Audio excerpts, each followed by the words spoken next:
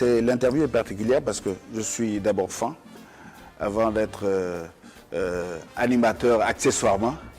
Et je me mets à la place de toutes ces générations qui n'ont pas connu Alpha Blondy depuis le début. Qu'est-ce qu'on peut savoir sur les débuts de Alpha Blondy? Eh bien, écoute, Alpha Blondy, d'abord, je suis un Ivoirien, j'ai failli dire un jeune Ivoirien,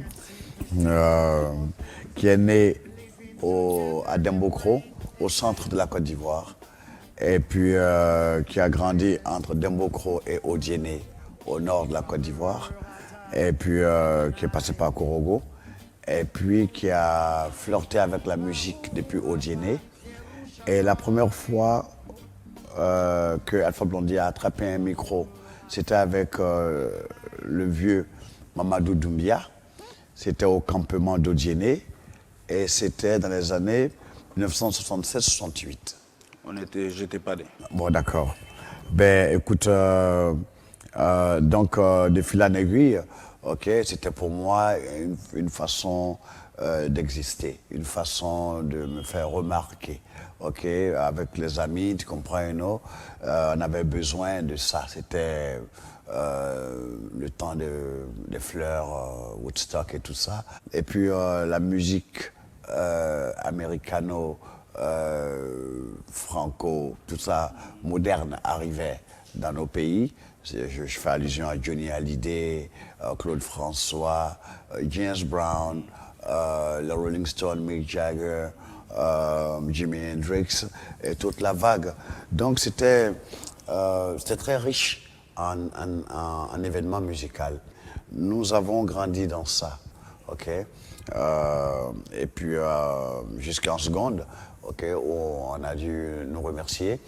Parce qu'arrivé à Korogo, on a avec un ami qui s'appelle Colby Price, qui maintenant est un pasteur révérend, que je salue au passage, on a créé les Atomic Vibrations. C'est le premier groupe. Le premier groupe. Et reggae déjà ou rock. Rock. Parce que Woodstock, Johnny, l'influence est rock. Voilà, c'est ça. Okay. Ça se sent dans ta musique jusqu'aujourd'hui, le rock. Hein? C'est mon grand héritage culturel. Okay. Donc on faisait du rock, on jouait les grands classiques, tu comprends. Et puis à l'époque, en Côte d'Ivoire, il y avait cette effervescence, okay, de groupes rock. Ok, Baïs Pinto avait un groupe rock. C'est vrai. C'était le New System Pop. Il y avait les Jeans Music avec Wejiped. Ok, il y avait les Ginaourou. Ok, il y avait les totems, les fétiches. Ok, tout ça c'est des groupes rock. Même Jimmy Hyacinthe, tu comprends, à l'époque, avait aussi fait un groupe, c'est les vautours, les charognards. Mais en tout cas, il y avait les Black Devils, okay, avec Désiré Bamba. Okay. Donc il y avait cette Côte d'Ivoire musicale rock, ok. Qui était déjà une grande capitale qui bougeait dans l'Afrique de l'Ouest. Bien sûr, ok. Tous les grands groupes du Sénégal sont passés par ici.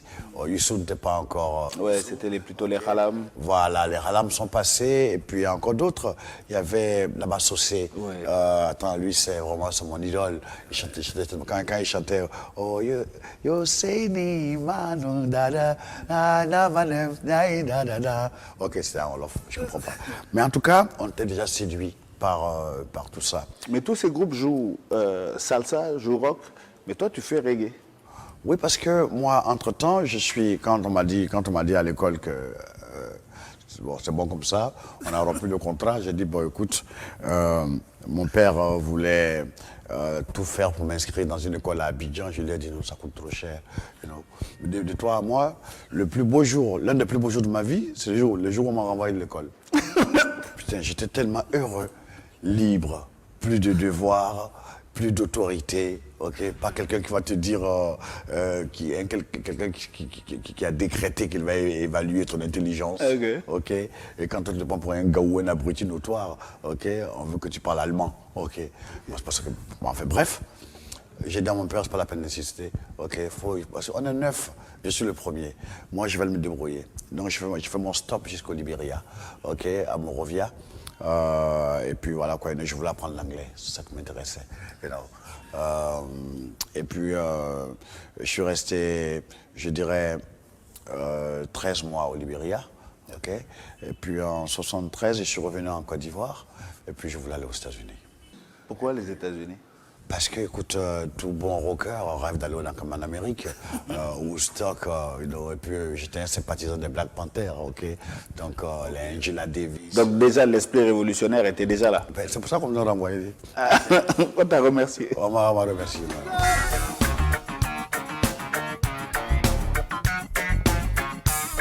Tears from my eyes. My soul is hurting. My heart is bleeding. I have to go. I have to go. I'm living. Bref, ben Dieu, enfin, m'a guidé aux États-Unis. Et puis j'étais parti pour faire des études. Ok. J'ai eu la chance de fréquenter le Geneva School of Business. Ok, c'était à Manhattan. Il y avait des Ivoiriens dedans, il y avait des Français.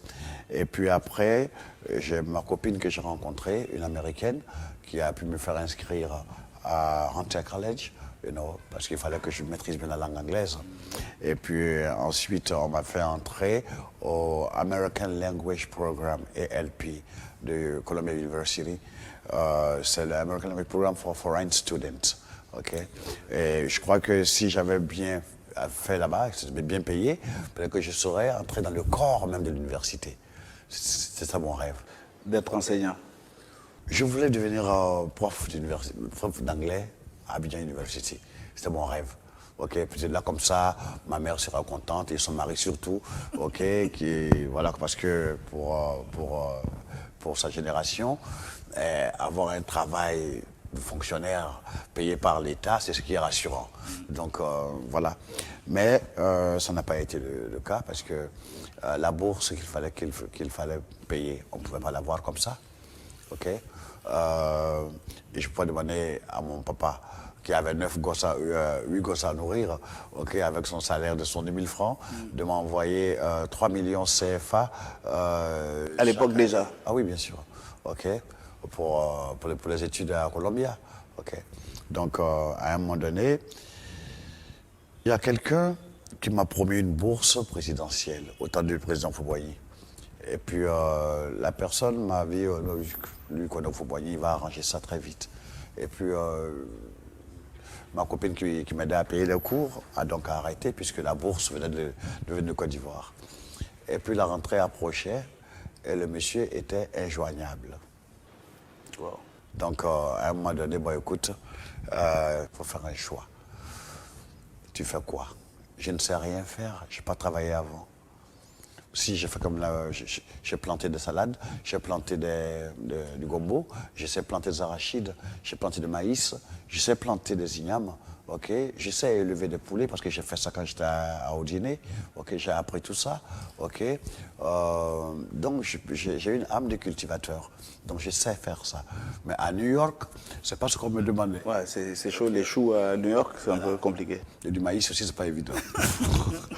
Bref, quand on m'a demandé ce que je savais faire, j'ai répondu tout. J'ai du travail. Ok. Tu sais taper la machine? Non. Tu sais faire un truc de computer? Non. Tu sais faire la maçonnerie? Non. Tu sais faire la mécanique? Non. Tu sais quoi? Ici au pays, nous on faisait le malin. On disait que nos amis qui savaient faire un métier, qui étaient menuisiers, qui étaient mécaniciens, qui travaillaient, tu comprends, non? C'était des sauts métiers. C'était des sauts métiers, là, tu vois. Nous, on était trop top, trop classe, ok? Nous, on était rock and roll. Mais tu sais quoi? J'ai regretté cela. C'est vrai. Parce que là, j'ai vu que je me trouvais victime de ma vanité. Bref, mais Dieu, dans sa miséricorde, ok, m'a inspiré. Voilà. Mais tu sais, tu écris des chansons. Donc, voilà. Mais toujours, on est prisonnier du qu'en dira-t-on. Attends, je vais pas aller au pays dès que je chante. Elle est jusqu'aux États-Unis pour revenir. Je chantais. Ouais, quand même. Attends, c'est quoi ça? Ah non, ça marche pas. Ça marche pas, hein. Non. Bon, quand même, j'ai prié, vraiment, j'ai prié très fort, au fond de mon cœur. J'ai dit, bon, je vais faire un saut dans le vide sidéral. Et Dieu seul sera mon parachute.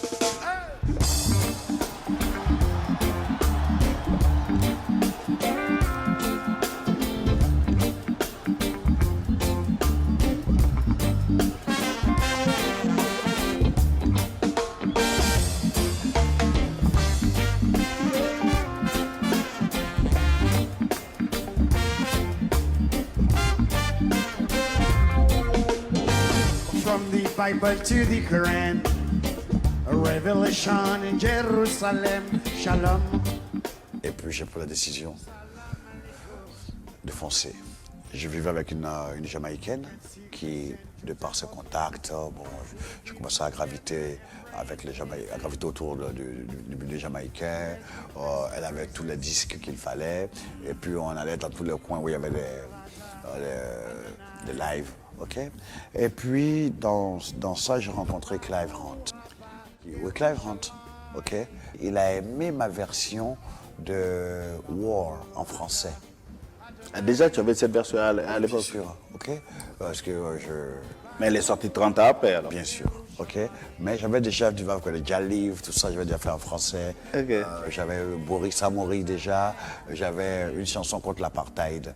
À l'époque déjà. Oui, qui s'appelait Burn Down the Apartheid.